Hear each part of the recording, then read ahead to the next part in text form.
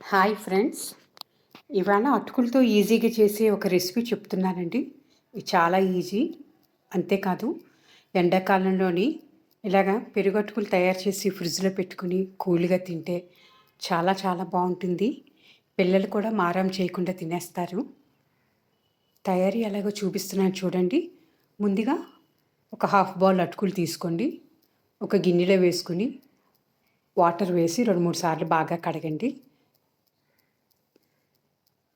ప్యాకింగ్‌లో ఉన్న అటుకులైనా సరే 1, 2 సార్లు కడగడం మంచిదండి. తేటగా వచ్చాయి కదా! ఇప్పుడు వాటర్ పిండేసి అటుకులను ఒక బౌల్‌లో వేసుకుందాము. కమ్మని పెరుగుని వేసుకోవాలండి. చాలా బావుంటుంది.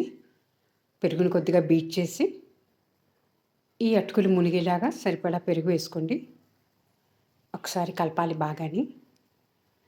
అలాగే నేను పాలు కూడా వేస్తున్నానండి.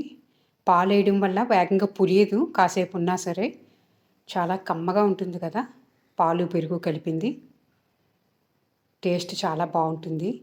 పెరుగైతే వెంటనే చిక్కబడిపోతుంది. పాలేయడం వల్ల ఇది సరిపడా కన్సిస్టెన్సీలో ఉంటుందండి. పాలు, పెరుగు వేసి కలుపుకున్నాక కొద్దిగా సాల్ట్ కూడా వేసుకోండి. మూత పెట్టి ఒక 5 నిమిషాలు కాసేపు ఉండనిద్దామండి. ఇప్పుడు చిన్న పోపు వేసుకోవాలి.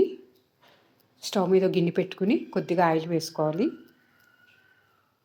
ఇందులో కొద్దిగా మినపప్పు, కొద్దిగా ఆవాలు, జీలకర్ర, ఎండుమిర్చి వేసి ఒకసారి కలుపుకోవాలండి. అలాగే తరిగిన పచ్చిమిర్చి కూడా వేసుకోవాలి. చిట్పట్లాడి ఒకసారి వేగనిచ్చాక కరివేపాకు, మీకు ఇష్టమైతే ఇంగువ కూడా వేసుకోవచ్చు. నేనైతే ఇంగువ కూడా కొద్దిగా వేసాను. పోపు కొద్దిగా వేగాక స్టవ్ ఆఫ్ చల్లారనివ్వాలండి. మనం ముందుగానే పాలు, పెరుగు వేసి నానబెట్టుకున్న అటుకులు ఉన్నాయి కదండి, అందులో ఈ చల్లారిన పోపును వేసి బాగా కలుపుకోవాలి.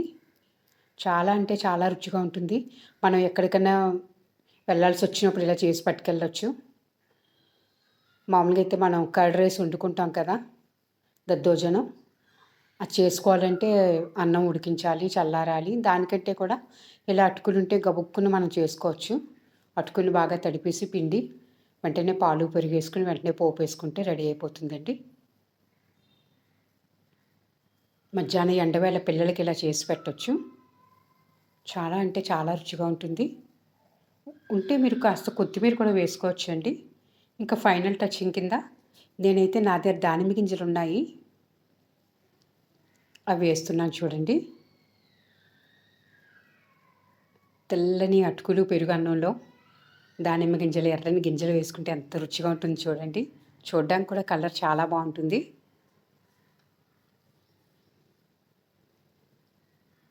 పిల్లలు, పెద్దలు అందరికీ కూడా నచ్చుతుందండి ఎండవేళ. ఇలా చేసి కాసేపు ఫ్రిడ్జ్లో ఉంచి తీసుకోవచ్చు. పాలు, పెరుగు వేసాం కదా, అందుకే అటుకులు మళ్ళీ నానినా సరే గట్టిగా అవ్వకుండా జారుగా ఉంటుంది. సరిపడా మనకి తినడానికి అయితే చాలా రుచిగా ఉంటుంది. ఇందులో ఏ ఫ్రూట్ అయినా వేసుకోవచ్చండి. లైక్ పప్పయ, మ్యాంగో, ఇంకా అదర్ ఫ్రూట్స్ ఏమైనా ఉంటే కూడా వేసుకోవచ్చు. అరటిపండు ముక్కలు అన్నీ వేసుకోవచ్చు. నా దగ్గర అయితే ఇవి ఉన్నాయి కనుక ఇవి వేసాను.